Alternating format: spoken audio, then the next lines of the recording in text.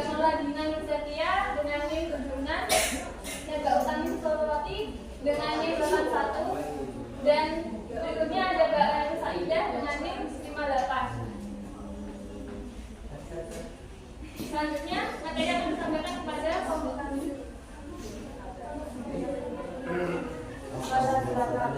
Belajar merupakan aktivitas yang mengiringi proses tahapan seseorang kepada pengenalan yang baru untuk menambah kecakapan atau pengalaman yang lebih sengaja.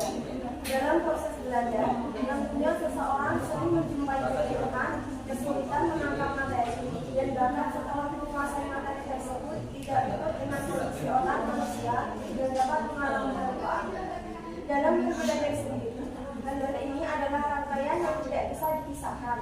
Dan dari apa yang berarti kemudian ditransferkan ke dalam kehidupan sehari-hari untuk dipraktekkan.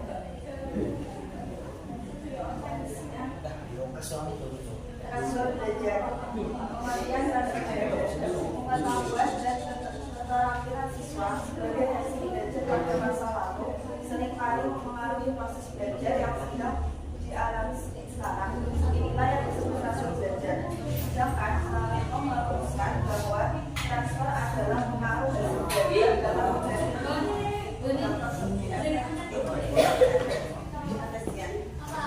positif dapat terjadi dalam diri siswa jika guru membantu untuk belajar dalam situasi tertentu yang mempermudah yang telah pada waktu yang lalu terhadap proses dan hasil belajar yang dilakukan sebelumnya. Menurut B.S. Mittal dalam bukunya Psikologi Pengajaran bahwa transfer belajar berasal dari bahasa Inggris transfer of learning atau transfer of learning yang berarti pemindahan atau pengalihan hasil belajar yang diperoleh dari bidang studi yang satu ke bidang studi yang lain atau kehidupan sehari-hari di luar lingkup pendidikan sekolah. Dari beberapa rumusan transfer belajar yang diajukan oleh para ahli di atas, meskipun terdapat perbedaan dalam susunan kata-kata dan kalimat, namun intinya sama, yaitu pemindahan pengaruh atau pengaruh kemampuan atau keterampilan melakukan sesuatu yang dikuasai terhadap kemampuan atau keterampilan melakukan sesuatu yang lain yang akan dikuasai.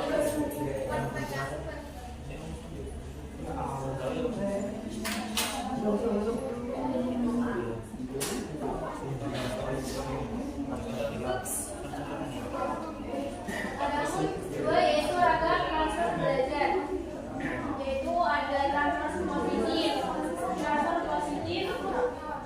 yaitu transfer yang berakibat baik terhadap kegiatan belajar selanjutnya. Yang kedua ada transfer negatif. Transfer negatif yaitu transfer yang berakibat buruk terhadap kegiatan belajar selanjutnya. Yang ketiga ada transfer vertikal. Transfer vertikal adalah transfer yang berkaitan baik terhadap kegiatan belajar dalam mempelajari pengetahuan atau keterampilan yang lebih tinggi atau bumi. Yang keempat ada transfer lateral. Transfer lateral yaitu transfer yang berakibat terhadap kegiatan belajar pengetahuan atau keterampilan yang sederajat. Selanjutnya ada jenuh dan lupa. Yang pertama, kejenuhan. Secara harfiah, arti kejenuhan ialah padat atau penuh sehingga tidak mampu lagi memuat apapun. Selain itu, jenuh juga dapat berarti jenuh atau bosan. Kejenuhan belajar adalah tentang waktu tertentu yang digunakan untuk belajar, tapi tidak mendatangkan hasil. Rebet 1988. Siswa merasa seakan-akan pengetahuan yang cakapannya tidak ada kemajuan. Sistem akalnya tidak berjalan sesuai dengan yang diharapkan dalam memproses item-item informasi atau pengalaman baru. Sistem yang kehilangan motivasi dikonsolidasi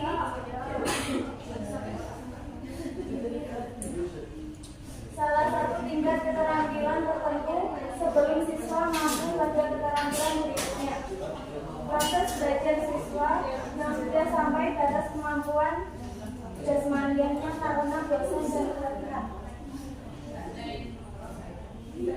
Selanjutnya, pada umumnya kejenuhan diakibatkan karena keletihan. Menurut Prof. Servis 2004 dan yang punya The Psychology of Learning, keletihan siswa dapat dikategorikan menjadi 3 macam, yakni 1. Keletihan indera siswa, 2. Keletihan fisik siswa, dan keletihan mental siswa. Keletihan fisik dan keletihan indera dalam ini maka sebenarnya dapat dilakukan atau digunakan dengan kelas siswa berarti sudah cukup terutama minyak dan mengkonsumsi makanan dan minuman yang bersih. Kemudian lupa, faktor-faktor yang menyebabkan kelupaan. 1. Kelupaan terjadi juga karena faktor gangguan aspek fisiologis, yaitu pada orang yang berusia fisiologisnya akan berubah. 2. Teori adaptasi, lama interval atau lamanya ingatan itu tidak ditimbulkan kembali pada kesadaran sehingga akan mengendap, dan lama yang tidak digunakan akan menimbulkan kelupaan. 2. Teori intervensi. Dalam teori ini lebih menitik beratkan pada isi interval, menjelaskan bahwa kelupaan terjadi karena banyaknya memori resalting bercampur menjadi satu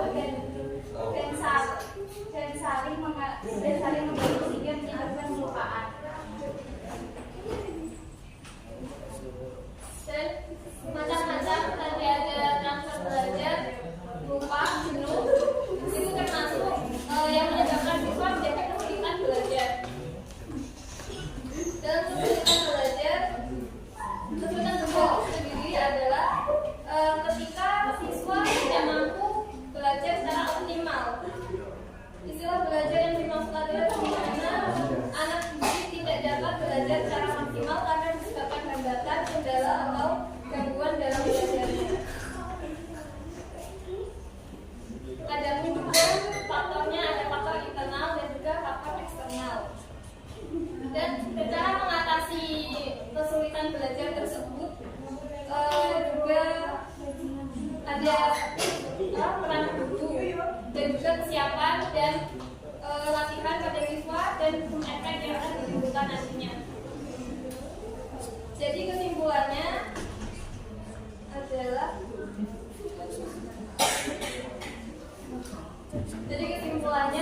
hasil belajar dapat dilihat dari pengetahuan dan keterampilan siswa yang disebut dengan transfer belajar. Ada juga macam-macam transfer yang didalami berkaitan dengan pengetahuan atau keterampilan yang pernah dipelajari sebelumnya. Kemudian ditransfer ke kegiatan belajar selanjutnya. Seringkali dalam transfer belajar mengalami masalah belajar seperti kejenuhan, lupa, serta kesulitan dalam belajar. Hal itu saling berhubungan dan dapat ditemukan teori serta cara mengatasi. Baiklah, selanjutnya jika ada yang belum didiskusikan, ada yang mau bertanya atau Mbak, izin bertanya, Mbak. Guru.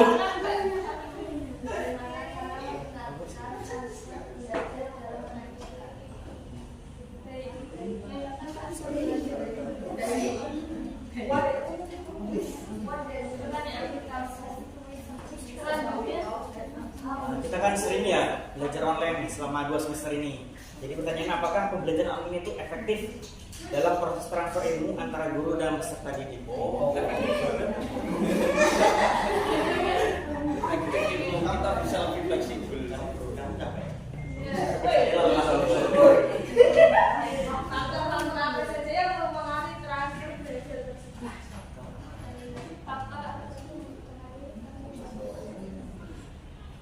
pertanyaan ditampung dulu ya. Semuanya. Wih.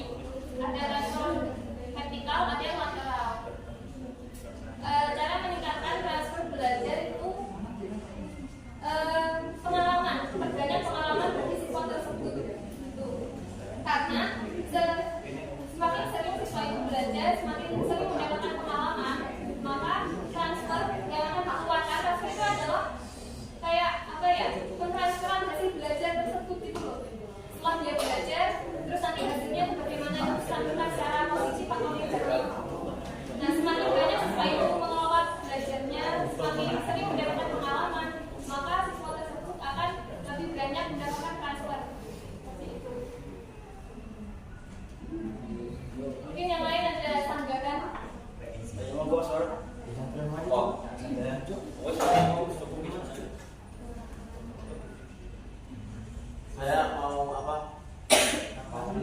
Enggak. Bukan.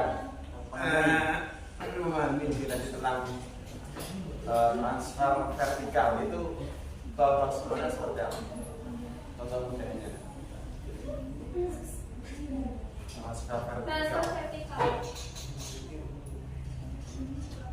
Transfer vertikal itu adalah transfer yang berkaitan baik terhadap kegiatan belajar dalam mempelajari pengetahuan atau keterampilan yang lebih tinggi atau rumit.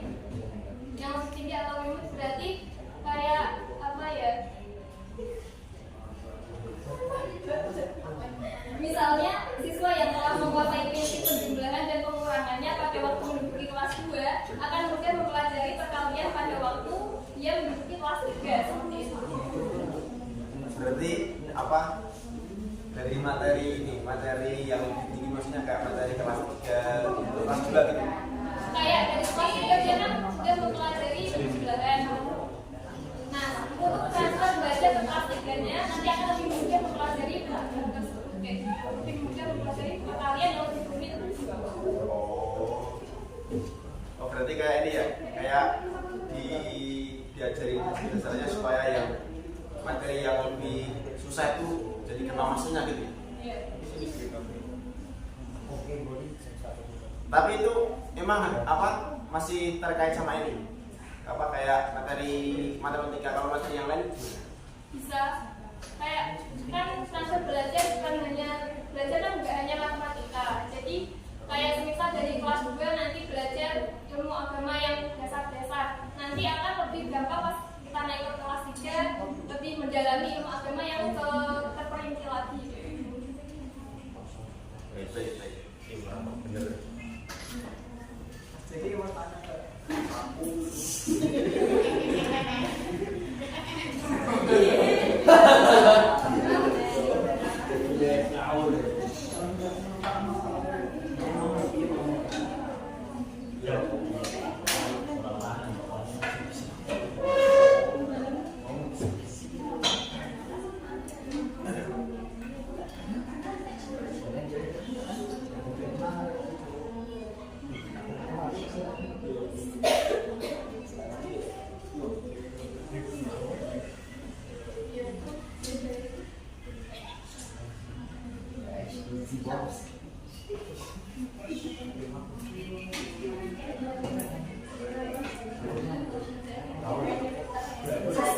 pertanyaannya Mas Boni.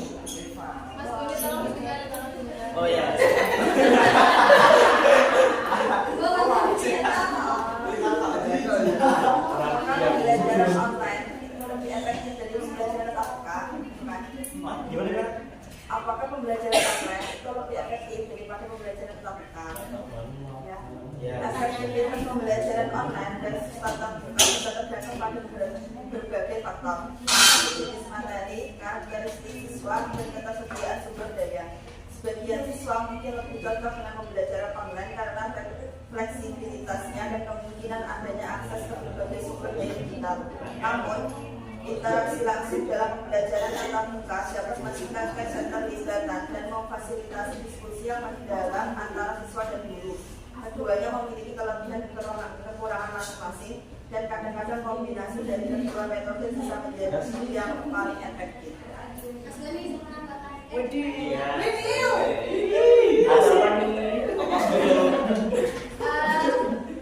Kalau kita diterapkan mungkin sesekali kalau online nggak apa-apa ya. Kalau online terus itu nggak efektif. Iya.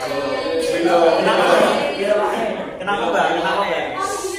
Kalau gila, kalau kita offline aja tidak bisa 100%. Apalagi kita online terus. Karena nggak ada Belum pedang. deh. Jadi kalau online itu terkadang kita lihat saja kita sendiri aja. Iya.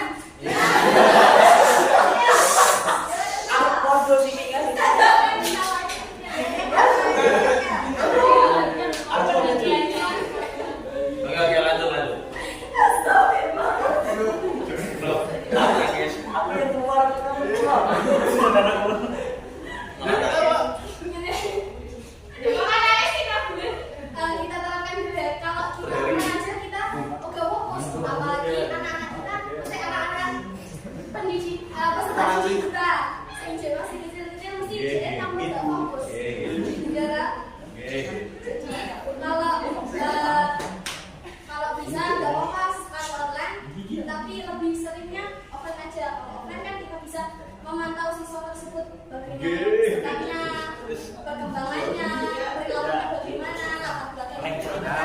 Wabarakatuh. Ini kata-kata kosong. Nah, itu udah cukup ya. Itu boleh sih. Lumayan, nilai A. Lumayan tidak.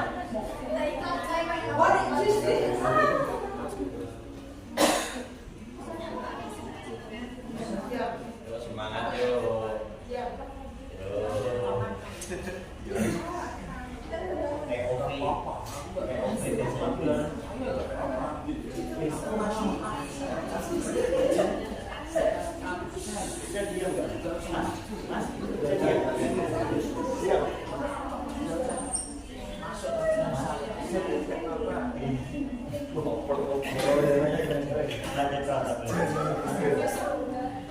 Untuk Bara tadi pertanyaannya faktor yang mempengaruhi transfer belajar ya. Oke, jawabannya kan di jawaban itu.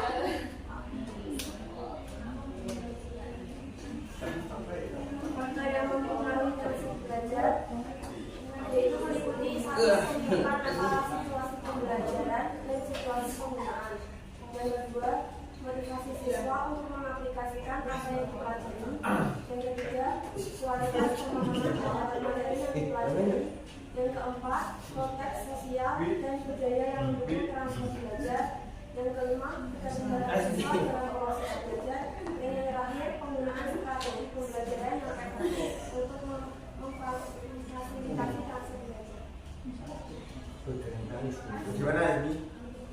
Pendapat? Bagaimana teman-teman, ada yang tambahkan lagi?